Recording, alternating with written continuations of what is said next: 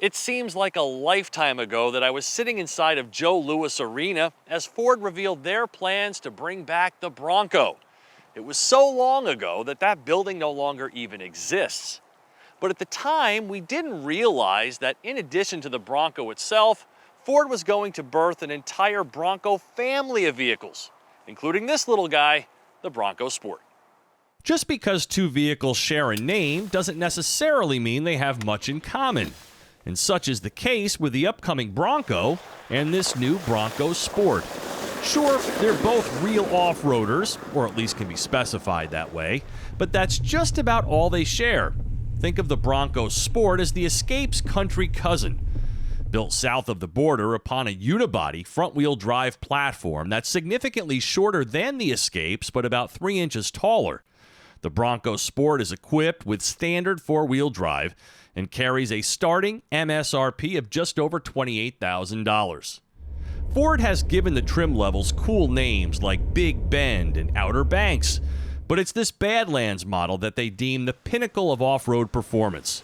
So if you want the more powerful engine, the better four-wheel drive system, the differential lock, more drive modes, all-terrain tires, off-road tuned suspension, an extra inch of lift, and more aggressive off-road geometry, then this is the only model for you.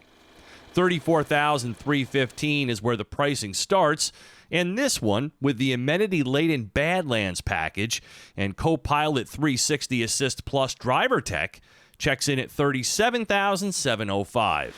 That's slightly less than a loaded Jeep Compass Trailhawk, which serves a similar purpose in life, and about $12,000 less than a comparable Bronco Badlands.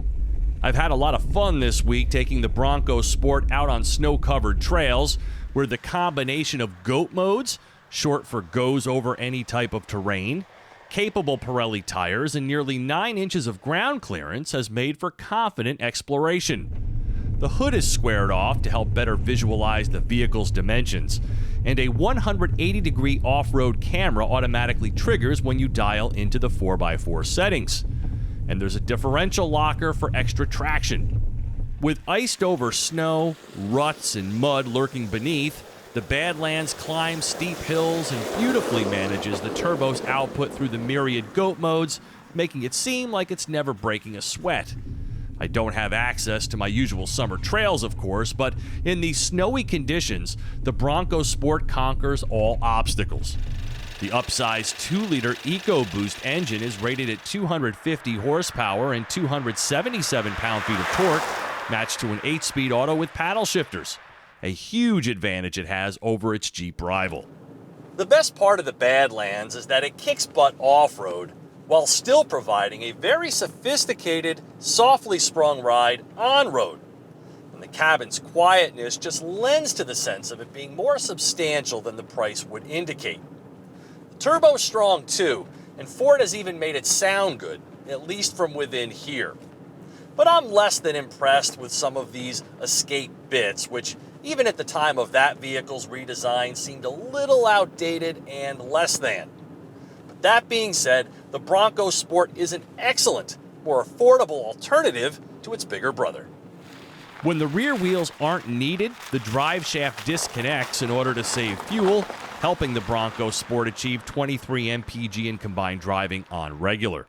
And when the rear wheels are in play, the Badlands dual-clutch drive unit is capable of diverting torque to each individual wheel. The softer springs invite a more comfortable ride both on and off-road, and everything about the driver controls seems precise.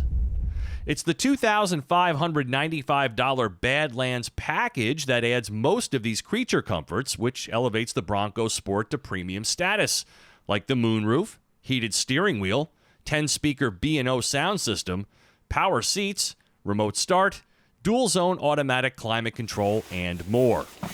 The leather-trimmed seats look and feel great, and you'll find little Bronco Easter eggs throughout, such as on the easy-to-reach touchscreen. There's a wireless charge pad, but no wireless phone projection, a pet peeve of mine, as you know. But this previous Gen Sync 3 system is simple and intuitive, if not a bit yesterday, frankly like a number of the Sport's touchpoints. But the driver display has awesome graphics and cool splash screens that add to the Bronco ambiance. And then there's the clever stuff like zippered seat back pockets, a tailgate with flip-up glass, a rubberized cargo floor with seat backs that are also rubberized so you can load in the dirty stuff with impunity, and then there are tie-downs and hooks. There's even a bottle opener located in the hatch and an underseat storage bin that can handle wet or muddy gear and be hosed out like the rest of the rubber floor.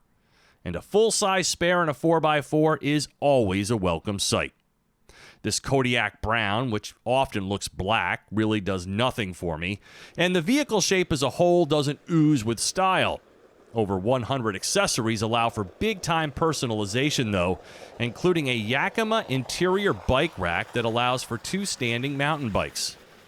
So, as my loan comes to an end, the Bronco Sport has left me feeling confident about Ford's plans to grow the Bronco family. And even though Ford estimates that only 15% will roll out as a Badlands model, those who choose it are getting one tough little SUV. For TestDriveNow.com, I'm Steve Hammis.